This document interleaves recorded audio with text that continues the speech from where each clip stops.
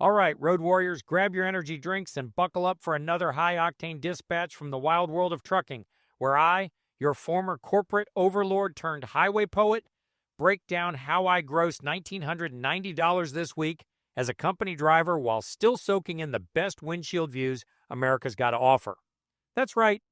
It's another episode of me staring down this camera like it just tried to merge without a blinker, dishing out the real talk on compensation, logs, and that holy grail called home time. Welcome to the show where I make mileage reports feel like a thriller and trip planning sound like a chess grandmaster's playbook. Stick around to the end because my final thoughts are going to drop some serious wisdom on why planning is your ultimate edge. You don't want to skip it. Let's get one thing clear. I'm not some rookie YouTuber who climbed into a cab last week and thinks they've cracked the trucking code. No, I've been hauling with Cheeseman since November 2020. And before I traded boardrooms for big rigs, I was a senior vice president crunching numbers in corporate land.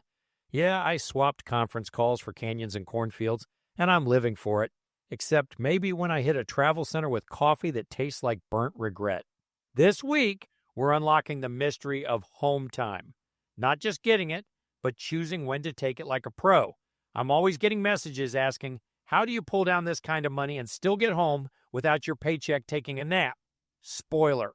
It's not because I've got a secret vault under my bunk like Scrooge McDuck. It's math. Pure, beautiful, number-crunching math. See, we work on an 8-day, 70-hour cycle clock. That's the pulse of this job. If you're a regional driver living in the right spot, say, near a hub, you can pull off some serious wizardry. Some of those drivers nail a 34-hour reset at home every week, timed perfectly to when their clock runs dry. Me, I'm OTR. Living that long-haul life, but I've got my own system. I time my home time so I'm pulling into my driveway just as my 70 hours are about to tap out. Better yet, I stretch that home time over the pay period cutoff, Saturday night at midnight for me. That way, I'm not eating into a fresh pay week with 0 miles. It's like timing a perfect lane change, smooth, clean, and no one gets hurt. And at the end of this video, I'm going to wrap it all up with some final thoughts on why this kind of planning is the real MVP of this gig. Trust me, you'll want to stay tuned for that. So hang tight as we dive into my logs, break down that $1,990 paycheck, and unpack how I make home time happen without my accountant sending me hate mail. You're getting numbers, sarcasm, and a splash of that old corporate swagger I keep tucked in my logbook. Let's roll.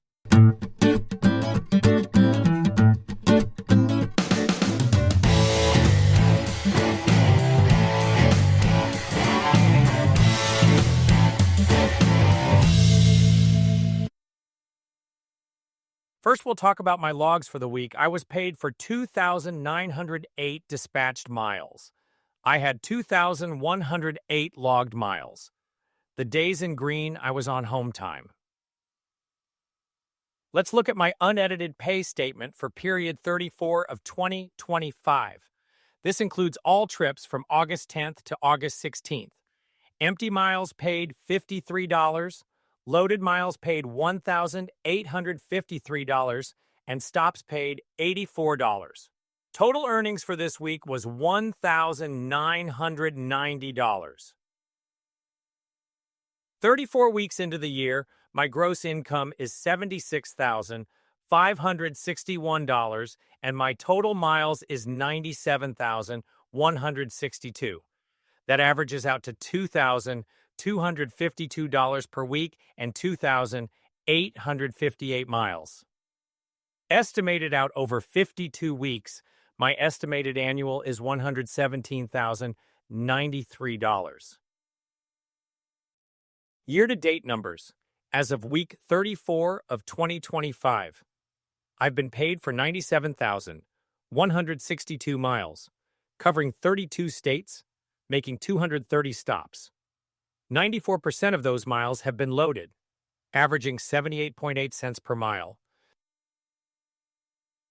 Here's the home time that I've taken this payroll year through the end of the 34th week. I have been on home time 19 times so far, totaling 51.4 days. I also have 5 overnight breaks at the house and 16 paid 34-hour resets on the road.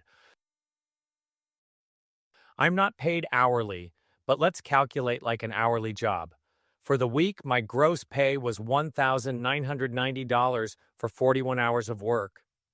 If we break it down into a typical hourly job, it could be 40 regular hours and 1 hour of overtime, resulting in an effective pay rate of $47.60 per hour. For the year, my gross pay so far is $76,561 for 1,963 hours of work. If we break it down into a typical hourly job, it could be 1,363 regular hours and 634 hours of overtime, resulting in an effective pay rate of $33.59 per hour. Taking a look at the "If only truck drivers were paid for every hour" in the truck calculation page, 34 weeks have gone by so far. That totals 5,712 hours. I have been at home 1,233 of those hours. That works out to 4,479 hours from the pre-trip leaving home to the post-trip returning home. My compensation through week 34 is $76,561. That works out to $17.09 per hour away from home.